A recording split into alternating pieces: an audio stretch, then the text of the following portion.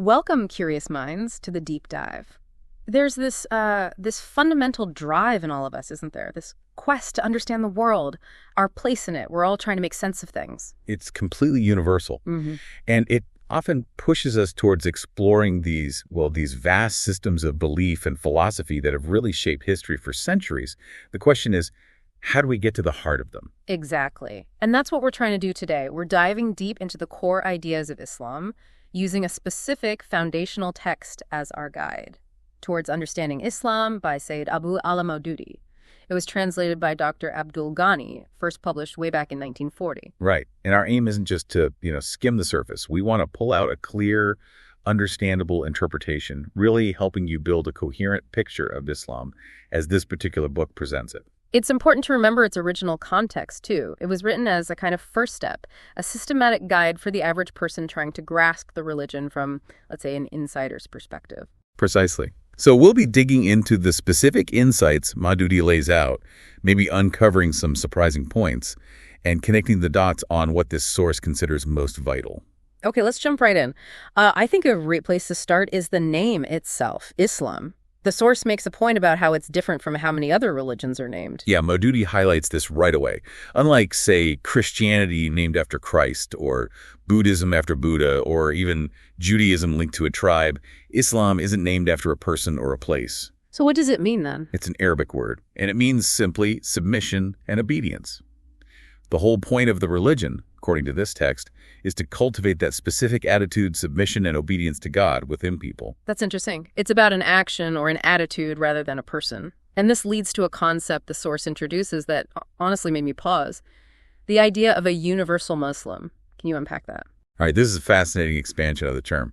Maududi argues that everything in the universe, the sun, the moon, the earth, water, air, minerals, plants, animals, they all operate under fixed, unchangeable laws set by God, the great governor, as the text calls him.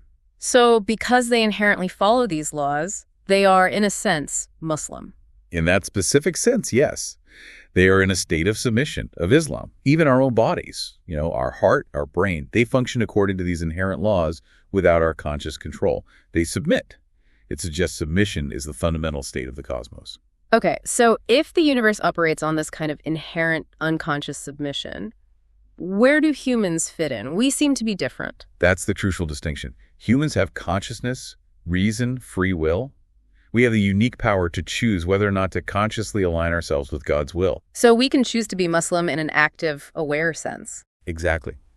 The perfect Muslim, as Maududi describes it, is someone who uses their reason and judgment to consciously, intelligently submit their entire self to God. They choose to align with that universal order. And in doing so, they find peace with the universe. Which brings us to the opposite of that conscious submission. The source uses the term kufr, and it's defined really strongly. It's not just simple disbelief, is it? Not at all, no. It's presented as much more than just not believing. Maududi defines kufr as cruelty, rebellion, deep ingratitude, infidelity. He even uses this powerful analogy. The traitor analogy. Yes, that someone committing kufr is like a traitor to a king, but actually a greater rebel, because they're denying the very creator who gives them existence and sustains everything. It's seen as profoundly unnatural. Wow, that's stark.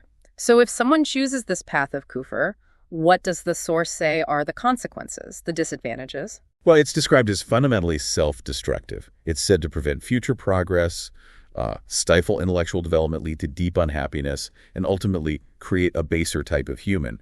You're essentially denying the reality of who provides for you and the universe. So if conscious submission, aligning with God's will, is the goal, and it seems to require understanding God, how does one get that necessary knowledge and conviction? That's key. The source really stresses that true obedience isn't blind.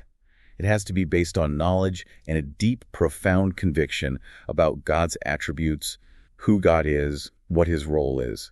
Without that foundation, finding the right path is, difficult. And this leads to the concept of iman, right? Faith. Exactly. Iman is defined here as that total submission and obedience born out of knowledge and conviction. Maududi uses an analogy I think is quite helpful. The seed analogy. That's the one. He says Islam is to a person what a tree is to its seed. You can't have the tree without the seed. Similarly, you can't be a true Muslim in the conscious sense without that foundational seed of iman, of belief. That makes sense. And the source then goes on to categorize people based on their faith. into 4 grades of Muslims. Could you walk us through those? What's Wow. the takeaway from these categories? Sure. It seems designed to show that faith isn't just an on-off switch. It's more like a spectrum of commitment and practice. Okay. So first, you have those with firm faith and absolute submission. They actively seek God's pleasure in everything. These are presented as the ideal, the true Muslims. Right. Second, there are people whose faith is there, it's genuine, but perhaps not strong enough for complete obedience all the time. They believe, but they might struggle or slick up in practice. Okay. Relatable for many, perhaps. Then the third group has faith. They believe internally, but their actions often don't align with God's law. They might appear outwardly rebellious, even if they hold belief in their hearts. The source suggests their good deeds might lack true value because of this disconnect. Interesting. And the fourth? The fourth category describes those who are utterly devoid of faith. They are characterized quite negatively as mischievous, wrongdoers, rebels, disturbers of peace. So the underlying message is that faith has real grades, and it directly impacts one's character and actions. It really frames faith as an active, dynamic thing. This connects to another concept you mentioned, Iman bil Ghaib. Faith in the unseen or the unknown, what's that about?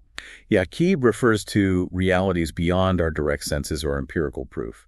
Things like the existence of angels, the nature of the afterlife, God's specific attributes. Things we can't just, measure or see directly. Exactly.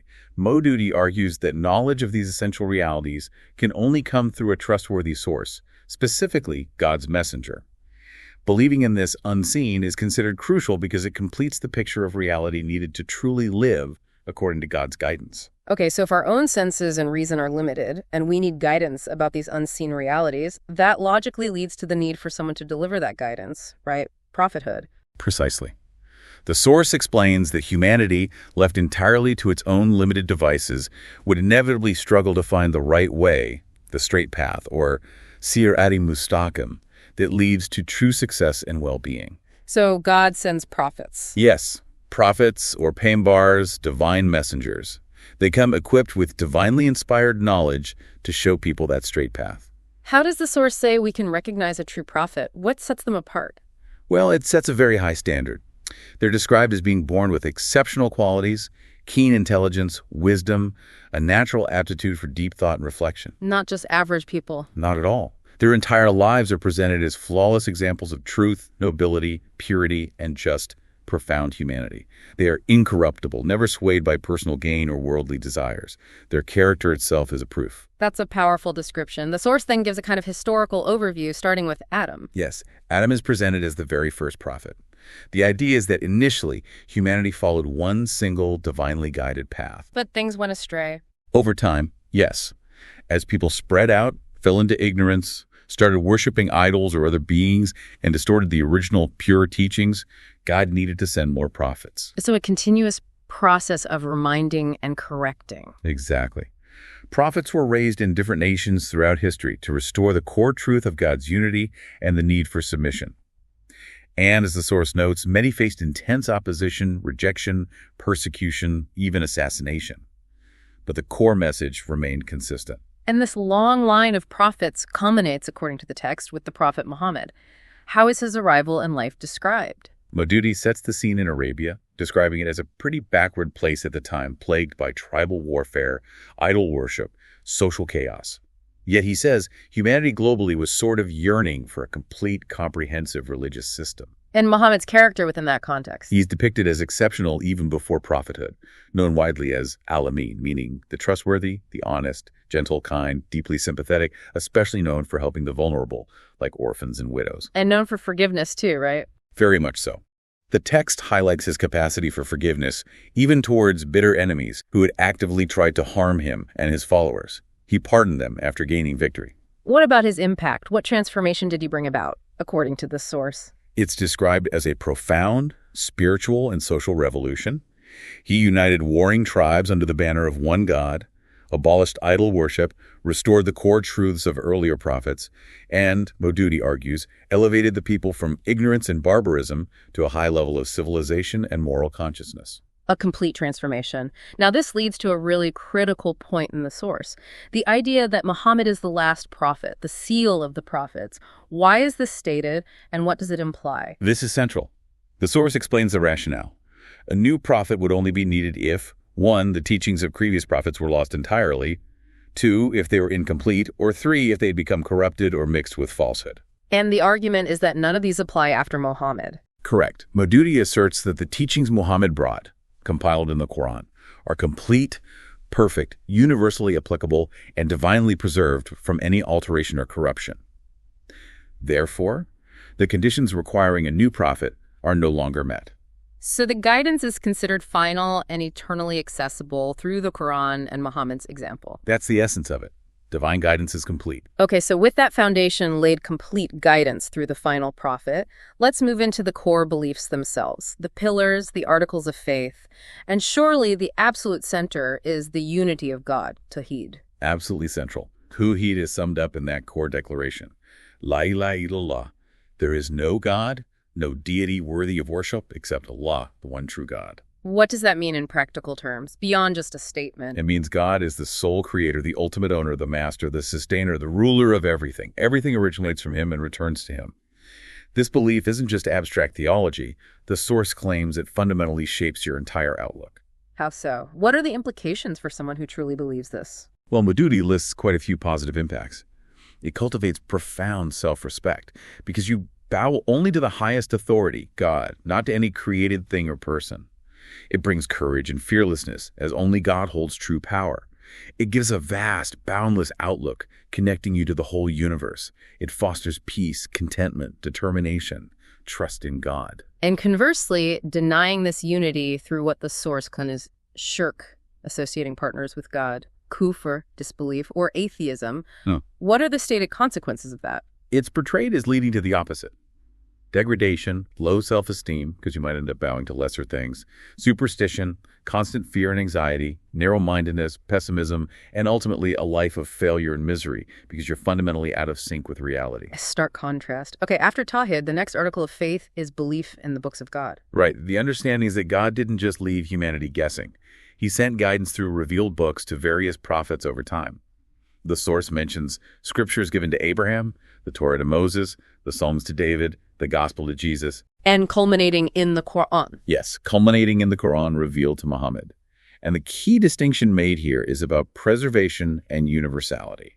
What's unique about the Quran's status, according to this view? It's presented as the final, complete, and perfectly preserved revelation. Unlike earlier scriptures, which the source suggests were either partially lost, meant for specific times peoples, or altered by human hands over time, the Quran is claimed to be unchanged, eternally relevant, and a universal code for all humankind. Got it. And the next core belief, the day of judgment, the afterlife. Why is this considered so essential? The emphasis here is on accountability and purpose. This life, this world, is seen as temporary a test, a trial period. Our actions here have eternal consequences. So denying an afterlife basically removes that ultimate accountability. Exactly. Maududi argues that denying life after death degrades humanity, making life seem pointless, and encourages irresponsibility because there's no final reckoning for one's deeds. Does the source discuss different views on what happens after death? Yes. It briefly outlines three perspectives. Hey. First, those who deny any afterlife at all, atheists or materialists. Second, those who believe in reincarnation, or tanasuk, where the soul is reborn into different bodies based on past deeds. And the third view, the one the source holds. The third is belief in resurrection and a final day of judgment. The idea is that everyone will be brought back to life, and God will hold a divine court. Every single action, big or small, good or bad, has been recorded. Like a perfect record. Precisely. And in this court, justice will be absolute. Good deeds are rewarded, paradise. Bad deeds are punished, hell. This belief provides a powerful moral compass and underscores the seriousness of our choices in this life. Okay, so we have these core beliefs. One God, his books, his prophets, the angels, implied in Iman bil Ghaib, and the Day of Judgment. How do these translate into day-to-day life? Let's talk about ibadat, religious devotions or worship. Right, and the first thing Maududi clarifies is the meaning of ibadat.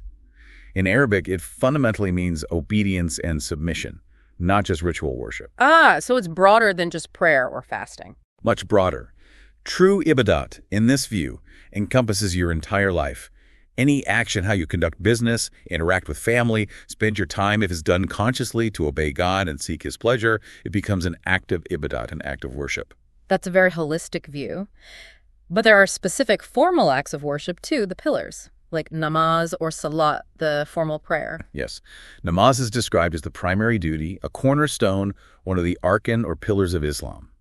It's performed 5 times throughout the day at specific times. What does it involve, and what's its purpose? It involves specific physical postures, standing, bowing, prostrating along with the recitation of parts of the Quran, particularly the opening chapter, Al-Fatiha, and focusing the mind on God. Its purpose is multifold. It's a constant renewal of one's pledge of obedience, a way to seek God's help and guidance, a method to purify the heart, strengthen faith, and build discipline against wrongdoing. It's like spiritual training. Okay. Next pillar, zakat, obligatory charity. Yes, zakat is not just suggested generosity. It's an obligation. It's a calculated portion of one's accumulated wealth, typically 2.5% on savings, gold, silver, certain types of income, that must be distributed annually to specific categories of needy people. Like the poor, orphans, widows. Exactly. The poor, the destitute, debtors, travelers in need, new converts, captives, and those administering the zakat itself. The purpose is twofold: purification of one's own wealth and soul from greed, and ensuring social justice by circulating wealth and preventing extreme inequality. Hoarding wealth is discouraged. Then there's Sawm, or fasting, during the month of Ramadan. Right. This involves abstaining from all food, drink, smoking, and marital relations from dawn until sunset for the entire lunar month of Ramadan. What's the goal behind this demanding practice? The primary goal stated is taqwa, developing God consciousness, piety, self-restraint. It's meant to purify the soul, foster empathy for the hungry, teach patience and discipline, and encourage increased devotion and good deeds. Are there exceptions? Oh yes, practical considerations are built in. People who are ill, traveling long distances, women who are pregnant, nursing, or menstruating are exempt, though they usually make up the missed days later if possible. And the final major pillar mentioned is Hajj, the pilgrimage to Mecca. Yes, Hajj is obligatory once in a lifetime for every adult Muslim who is physically and financially able to undertake the journey to Mecca in Saudi Arabia during the designated month. It has deep historical roots, doesn't it? Very deep. It traces practices back to the Prophet Abraham thousands of years ago. It involves a series of rituals performed in and around Mecca, commemorating events in the lives of Abraham and his family. And its significance today. It's seen as a profound spiritual culmination, a powerful act of devotion and remembrance of God. But it's also a remarkable demonstration of global Muslim unity. Millions of people from every race, nationality, and social status gather, dressed in simple white cloths, performing the same ritual side by side. It fosters a deep sense of brotherhood and equality. So, these beliefs and practices, they seem to weave together into a very comprehensive system for life. This brings us to the concept of Shariat. How does the source define this? Shariat is presented as the overarching divine law or code of conduct that covers, well, everything. It's not just religious law in a narrow sense, but the principles that regulate human life in its entirety, guiding intellect, will, desires, actions, social interactions, everything. Governing and controlling human behavior across the board. That's the idea. It aims to bring order and justice to all spheres of life based on divine guidance. Maududi breaks this down into 4 kinds of rights, which seems like a really useful framework for understanding Shariat's scope. Could you explain those? Absolutely. This framework is key. First and foremost are the rights of God, Huquq Allah. This involves pure faith, obedience, worship, and prioritizing God's commands above all else. It often requires sacrifice of time, wealth, comfort for God's pleasure, as seen in prayer, fasting, charity, Hajj, and even jihad, struggle in God's way. Okay, God's rights are paramount. What's next? Second are the rights of the self, Huquq Nafs. This is about treating yourself justly, as a trust from God. You shouldn't harm yourself physically or spiritually. This includes maintaining health, avoiding excesses in food, drink, or sensual pleasure, not destroying your wealth foolishly. Acting against your own well-being is seen as being cruel to yourself. That's an interesting perspective. Rights of the self, not just rights for the self. What about others? Third, rights of other people, Huquq al-Ibad. This is a huge category covering social interactions. It includes clear prohibitions against things like murder, theft, bribery, cheating, lying, slander, backbiting, usury, interest, gambling. It's a basic ethical conduct. Yes, but it goes deeper into structuring society. It emphasizes fair dealings in business, honoring contracts, and places huge importance on family relationships, defining rights and responsibilities between spouses, parents, and children. It outlines inheritance laws, marriage rules, and strongly stresses kindness and maintaining ties with relatives, what's called sila irem. Breaking those ties, kata irem, is considered a major sin. Very detailed. And the fourth category? Fourth are the rights of all creatures. Huquq el-Khalq. This acknowledges that God has created everything for a purpose and has honored all creatures. Humans are seen as stewards, permitted to use other creatures and resources for their benefit, but responsibly and without cruelty or waste. So things like animal welfare fall under this. Yes. Unnecessary harm to animals is forbidden. Even when animals are utilized, like for food, specific methods like zabi, ritual slaughter, are prescribed, which the source explains are intended to be the most humane way possible, minimizing pain. It's about respecting God's creation. This whole Shariat framework covering God, self, others, and all creation, the source emphasizes its universal application, right? Absolutely. A key point Maududi makes is that Islamic law makes no distinctions based on race, nationality, color, language, or social status. Its principles are presented as being for all of humanity, applicable everywhere and for all time. A universal code. Well, we've certainly covered a lot of ground today. We've journeyed through these foundational concepts of Islam as presented in Maududi's Towards Understanding Islam. From the very meaning of Islam as submission, through the idea of universal submission and human choice, the nature of faith or iman, the necessity and role of prophets, culminating in Muhammad, the core articles of belief like Tawheed and the Day of Judgment. Then into the practical devotions like prayer, charity, fasting, and pilgrimage. And finally seeing how it all integrates into the comprehensive system of Shariat with its framework of rights. Yeah, the source really strives to present Islam not just as a religion in the narrow sense, but as a complete, coherent, and divinely preserved system, or deen, guiding every aspect of human existence, intended for everyone. It definitely leaves you with things to think about. And perhaps this raises an important question for you, the listener, to consider. Given that this source presents Islam as such a complete, preserved, and universal system of guidance, what does it mean, or what are the implications for individuals and societies trying to understand and apply such a comprehensive framework in our incredibly diverse and rapidly changing modern world? It's a question about navigating timeless principles in contemporary contexts, isn't it? How do comprehensive worldviews interact with modernity, with pluralism, with the challenges we face today? It certainly invites further reflection. We encourage you to continue that reflection, to keep exploring diverse worldviews with curiosity. Thanks for joining us on The Deep Dive.